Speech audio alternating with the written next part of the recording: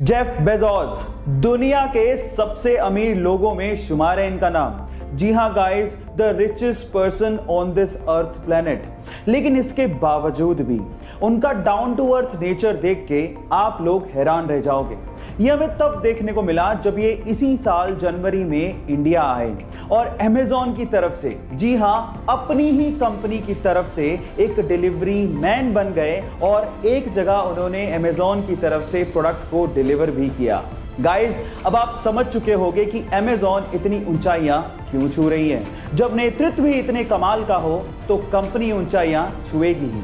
आपकी जानकारी के लिए मैं आपको बता देता हूं कि अमेज़न एक ऐसी कंपनी है जो कि कस्टमर सर्विसेज को बहुत ज्यादा तवज्जो देती है और कस्टमर्स को किंग मानती है। वो हरियाणा में एक सरकारी कर्मचारी था, उसके बाद उसने रिटायरमेंट लिया, लेकिन रिटायरमेंट के बाद उसकी जिंदगी पूरी तरह से बदल गई। वो डिप्रेशन का शिकार रहने लगा, उसे physical problems, medical problems, mental problems तक होने लगी। 1.5 साल तक वो बेड पर ही पड़ा रहा और किसी के सहारे के बिना तो वो उठ भी नहीं सकता था। लेकिन उसके बाद उसने अपने दिमाग को समझाया, अपनी विल पावर को जगाया और आज वो बंदा 60 की उम्र में एक सीनियर एज रैंप मॉडल और एक एक्टर है।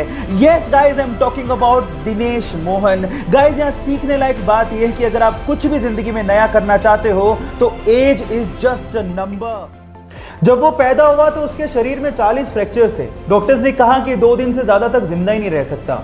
लेकिन वो कहते हैं ना, जाको राके साइया मार सके ना कोई, कुछ ऐसा ही हुआ, वो बच्चा जी गया।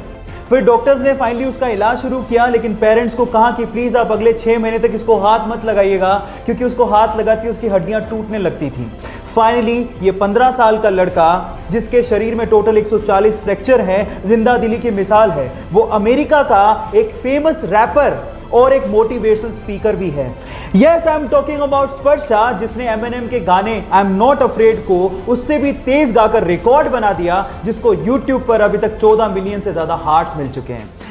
I'm not afraid to take a stand. Guys, यहाँ सीखने लायक बात यह है कि हालात कैसे भी हो, आपको जिंदगी जीने का जज्बा होना चाहिए, तब आप कुछ भी कर सकते हो।